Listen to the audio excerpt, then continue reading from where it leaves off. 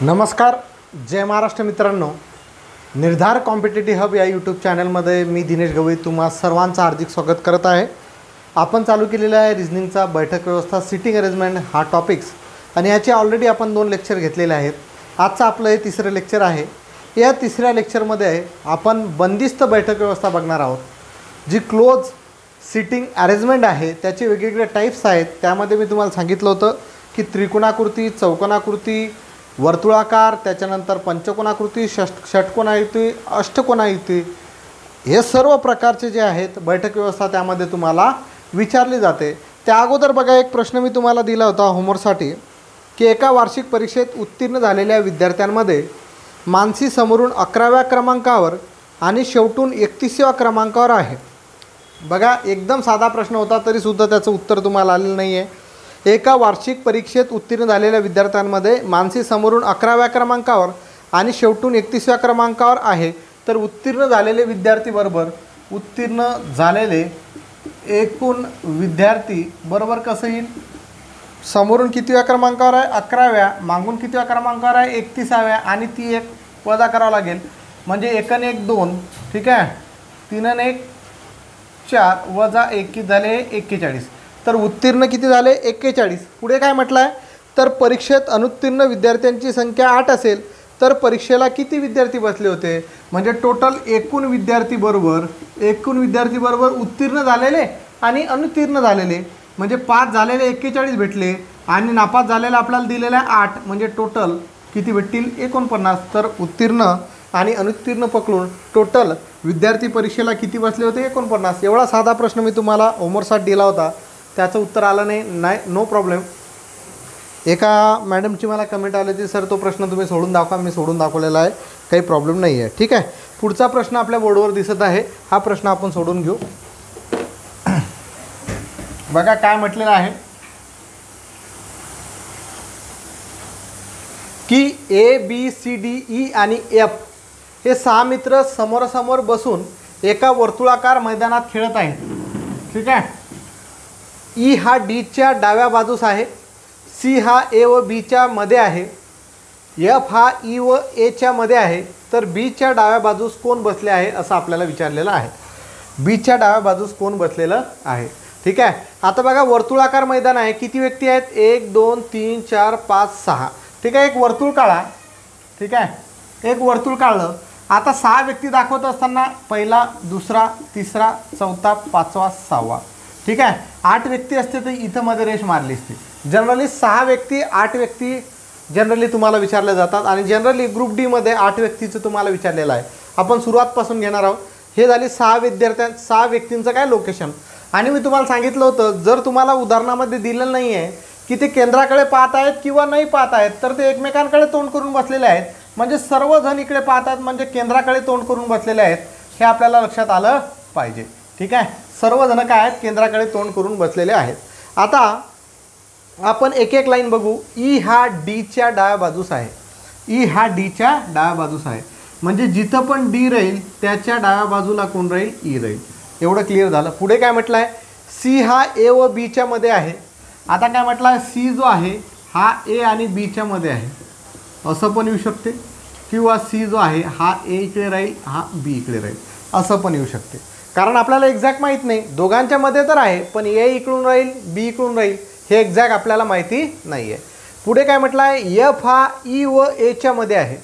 F जो आहे E व Aच्या मध्ये आहे. F जो आहे E व Aच्या मध्ये आहे. ठीक आहे. आता मला एक कंडिशन दिली होती, जो E जो आहे Dच्या डाव्या बाजूस आहे.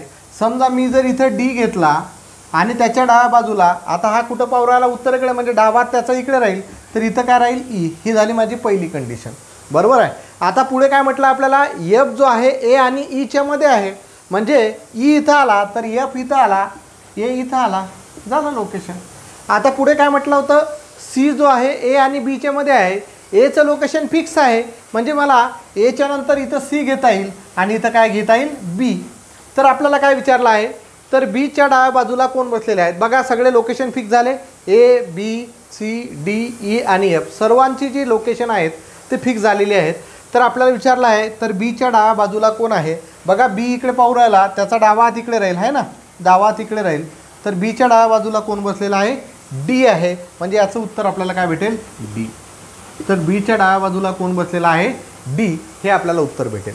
प्रश्न सोडवताना लक्षात घ्या, हे सिटिंग अरेंजमेंटचे प्रश्न भरपूर विद्यार्थी स्किप करून टाकतात. एक एक लाईन वाचायची, व्यवस्थित लोकेशन, जोपर्यंत तुम्हाला फिक्स लोकेशन त्याचं समजत नाही तोपर्यंत तुम्ही करायचं नाही. मी बघा इकडे लिहून घेतलं, मग पहिली कंडिशन टाकली, ई जो आहे डीच्या डाव्या बाजूला आहे, म्हणजे डी इथं लिहिला, त्याच्या डाव्या बाजूला ई घेतला. मग ईच्या बाबतीत मला माहीत होतं की ई आणि एच्या मध्ये एफ आहे, मग ई इथं आहे तर मध्ये त्याच्या एफ आणि ए इकडे आला, बरोबर आहे. परत ए आणि बीच्या बाबतीत माहीत होतं की ए आणि बीच्या मध्ये सी आहे, म्हणून एच्या नंतर सी घेतला, नंतर आपण बी घेतला. म्हणजे सर्वांचे लोकेशन आता परफेक्ट झाले. तर बीच्या डाव्या बाजूला कोण आहे? डी आहे. हे आपण उत्तर याचं सांगता येईल. पुढचा प्रश्न बघूया.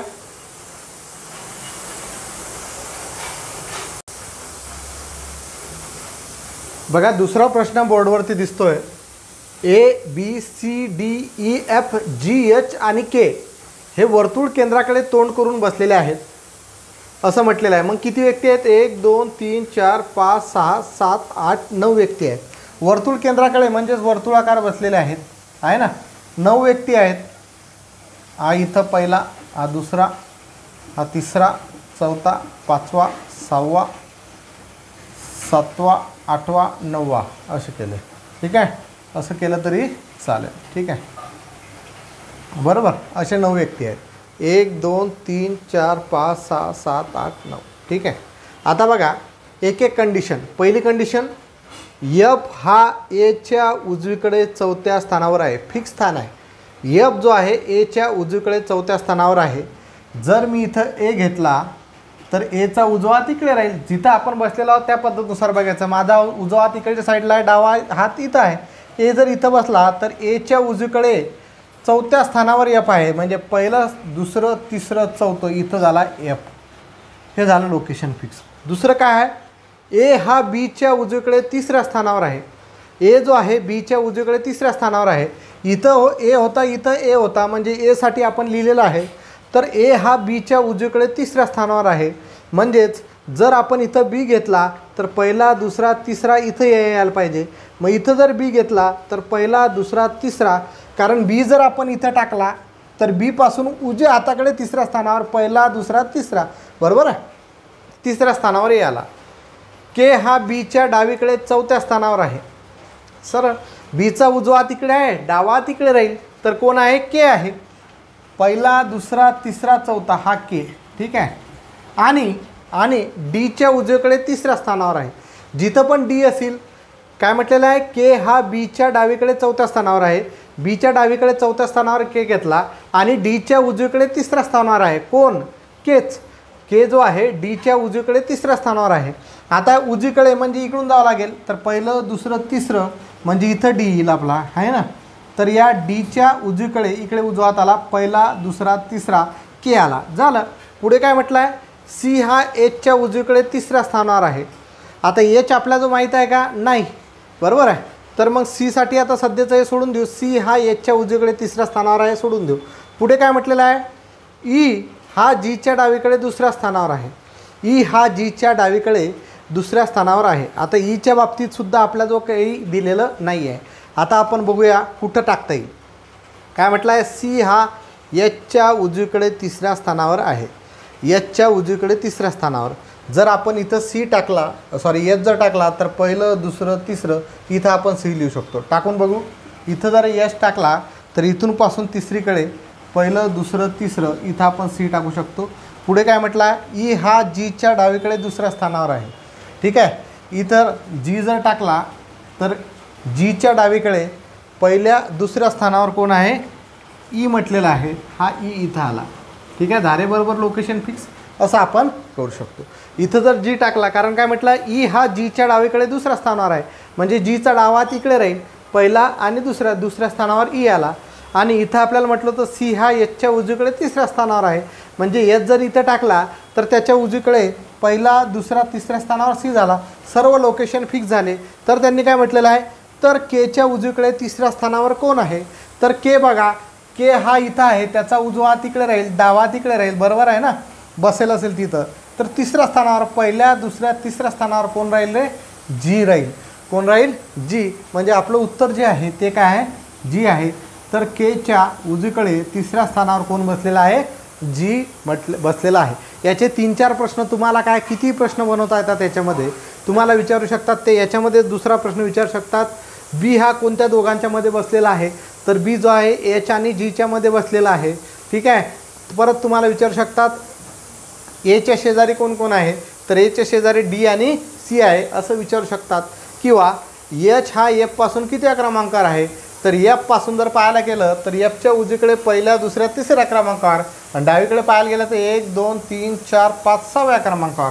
असं काही पण प्रश्न तुम्हाला यामध्ये विचारल्या जातात.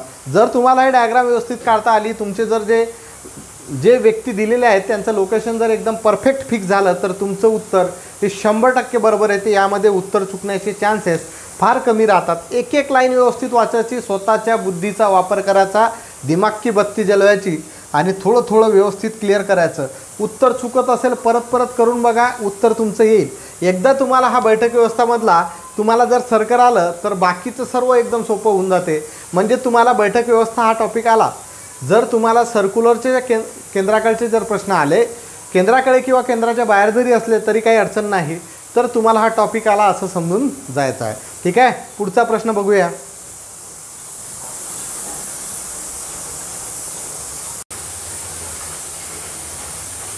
बघा पुढचा प्रश्न आपल्याला दिलेला आहे, P Q R S T U V आणि डब्ल्यू हे वर्तुळाकडे तोंड करून बसलेले आहेत. किती व्यक्ती आहेत, 1 2 3 4 5 6 7 8. ठीक आहे. वर्तुळ काढलं मी, 8 व्यक्ती. ठीक आहे. कसे दाखवणार, 1 2 3 4 5 6 7 8. सगळे वर्तुळाकडे तोंड करून आहेत, आहे ना, वर्तुळ केंद्राकडे असं म्हणणं आहे त्यांचं. या वर्तुळ केंद्राकडे तोंड करून आहेत. ठीक आहे. टी हा पीच्या डावीकडे दुसरा आणि यूच्या उजवीकडे चौथा आहे. टी हा पीच्या डावीकडे दुसरा. समजा पी जर इथं म्हटलं तर पीचा डावा तिकडे उजवा तिकडे आहे ना, तर टी हा पीच्या डावीकडे दुसरा आहे, पहिला आणि दुसरा इथं टी आहे. आणि त्यांनी काय म्हटलं, आणि यूच्या उजवीकडे चौथा आहे. कोण, टी, पी नाही. आणि यूच्या उजवीकडे चौथा आहे कोण, टी. आता यूच्या उजवीकडे म्हटलं तर आपण पहिला दुसरा तिसरा चौथा, म्हणजे इथं यू घ्यावं लागेल.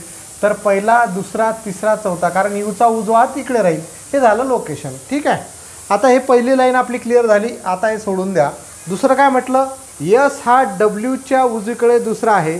आता याच्यामध्ये कुठं यस नाही आहे, सध्या आपण यस लिहिलेलं नाही आहे आणि डब्ल्यू पण नाही लिहिलेला, म्हणजे सध्याची लाईन आपण सध्याची सोडून देऊ. ठीक आहे. पुढे काय म्हटलं, डब्ल्यू हा टीच्या त्वरित उजवीकडे आहे. ठीक आहे. डब्ल्यू जो आहे हा टीच्या त्वरित उजवीकडे आहे, म्हणजे टी पण जिथं आहे त्याच्या त्वरित उजवीकडे डब्ल्यू आहे. हा डब्ल्यू इथं झाला. ठीक आहे. टीच्या त्वरित उजवीकडे डब्ल्यू आहे. आता डब्ल्यू आपल्याला भेटला तर ही तिसरी लाईन क्लिअर झाली. ठीक आहे. आता हे सोडून द्या. दुसरी लाईन बाकी राहिली, यस हा डब्ल्यूच्या उजवीकडे दुसरा आहे. डब्ल्यू जिथं पण आहे त्याच्या उजवीकडे उजवा तिकडे आहे, तिथं कोण आहे, यस आहे. यस हा डब्ल्यूच्या उजवीकडे दुसरा आहे, म्हणजे डब्ल्यू इथं आहे त्याचा उजवा तिकडे राहील. तर पहिला आणि दुसरा इथं कोण राहील, यस. झालं. पुढे बघा. आता हे दुसरं पण आपलं क्लिअर झालं, हे सोडून द्या. पुढे काय म्हटलं आहे, क्यू हा यूच्या उजवीकडे तिसरा आहे. यू जिथं पण आहे त्याच्या उजवीकडे क्यू जो आहे तिसरा आहे. मग यू इथं आहे त्याचा उजवा तिथं आहे, तर तिथं कोण आहे, क्यू. कितवा, तिसरा. पहिला दुसरा तिसरा, इथं कोण झाला, क्यू. झालं. 2 लोकेशन राहिले फक्त. पुढे काय म्हटलं, व्ही हा यूच्या त्वरित उजवीकडे नाही. व्ही जो आहे तो यूचा उजवा तिकडे आहे ना, याच्या जवळ त्वरित उजवीकडे व्ही नाही आहे, म्हणजे व्ही कुठं आहे, इथं आहे. आता एक लोकेशन फिक्स राहिलं, एक लोकेशन यामधले कोणतं राहिलं, आता पी झाला, क्यू झाला, आर राहिला तुमचा, म्हणजे आर इथं राहील. ठीक आहे. कारण एक जागा तुमची खाली राहिली होती, तिथं कोण आला, आर. तर त्यांनी काय म्हटलं आहे, तर प्रश्न व्यवस्थित बघा.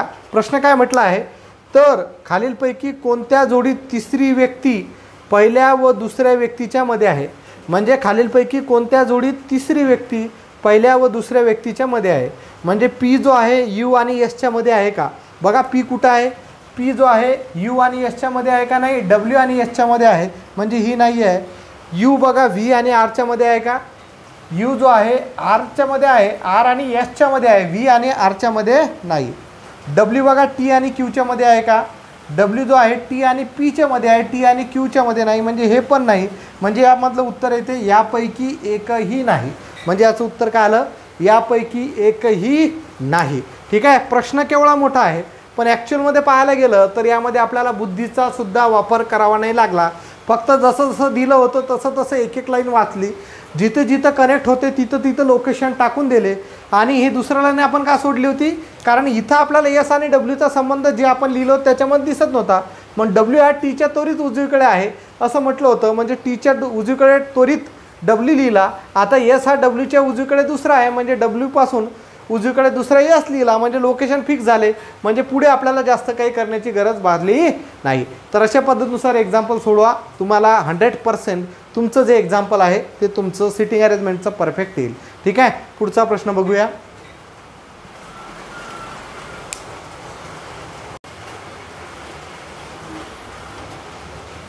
बघा पुढचा प्रश्न आपल्यासमोर आहे.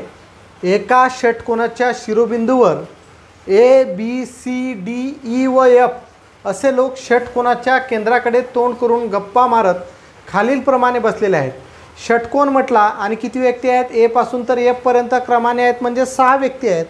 तर षटकोन कसा काढतो आपण, असा असा असा असा आहे ना, हा षटकोन एकमेकांच्या समोर आले पाहिजे. हे थोडंसं वेगळं झालं तर असू द्या, काही फरक नाही पडत. असे व्यक्ती आहेत. आता त्यांनी काय म्हटलं की केंद्राकडे तोंड करून म्हणजे सगळे जे आहेत इकडे ज्याचं ते केंद्र असेल त्याच्या केंद्राकडे पाहू राहिले आहे ना. ठीक आहे. तर बघा काय म्हटलं आहे, ए आणि ई यांच्यामध्ये सी आहे आणि सीच्या उजवीकडे ई आहे. ठीक आहे. ए आणि ई यांच्यामध्ये सी आहे आणि सीच्या उजवीकडे ई आहे असं म्हटलं तर म्हणजे आपल्याला ए आणि ई, ए जर इथं घेतला आणि ई जर इथं घेतला, ठीक आहे, यांच्यामध्ये कोण आहे, सी आहे आणि सीच्या उजवीकडे ई आहे म्हणजे सीच्या बरोबर उजवीकडे काय आला, ई आला. ठीक आहे. आलं लक्षात. पुढे काय म्हटलं आहे, एफ आणि ईच्या मध्ये कोणीतरी आहे असं म्हटलेलं आहे. प्रश्न लिहिताना मी काहीतरी चुकवलं. एफ आणि ईच्या मध्ये, इथं ई आहे, एफ आणि ई यांच्यामध्ये कोणीतरी आहे. आता ई इथं लिहिलेलं आहे म्हणजे एफ इकडे येईल, एफ तर इकडे येऊ शकत नाही, मध्ये म्हटलेलं आहे म्हणजे एफ आणि ईच्या मध्ये कोणीतरी आहे. हे झालं. पुढे काय म्हटलं आहे, मात्र एफच्या उजवीकडे बी नाही. ठीक आहे. आता बघा हा एफ इकडे खाली पाहू राहिला म्हणजे त्याचा डावा हात इकडे आहे, उजवा हात इकडे आहे. एफच्या उजवीकडे बी नाही म्हणजे इकडे बी राहू शकत नाही, इथं बी येऊ शकत नाही. मग बीसाठी लोकेशन कुठलं उरलं, इथं. बी इथं आला. आता कोण राहिला बघा, ए झाला, बी झाला, सी झाला, डी राहिला, डी ई एफ. आता झाले लोकेशन फिक्स. तर त्यांनी काय म्हटलं, तर डीच्या समोर कोण बसलेला आहे, तर डीच्या समोर आपल्याला डायरेक्ट दिसते कोण बसलेला आहे, ई. म्हणजे ऑप्शन क्रमांक 2 जे आहे हे आपलं उत्तर बरोबर येते. तर डीच्या समोर कोण बसलेला आहे, ई बसलेलं आहे. ठीक आहे. तर एवढे सोपे प्रश्न तुम्हाला पेपरमध्ये विचारलेले आहेत. हे आपण आता बघू राहिलो PYQचे आपण सिटिंग अरेंजमेंटचे प्रश्न जे प्रिव्हियस इयर क्वेश्चन पेपरला आलेले आहेत ते आपण बघणार आहोतच. ठीक आहे. पुढचा प्रश्न बघूया.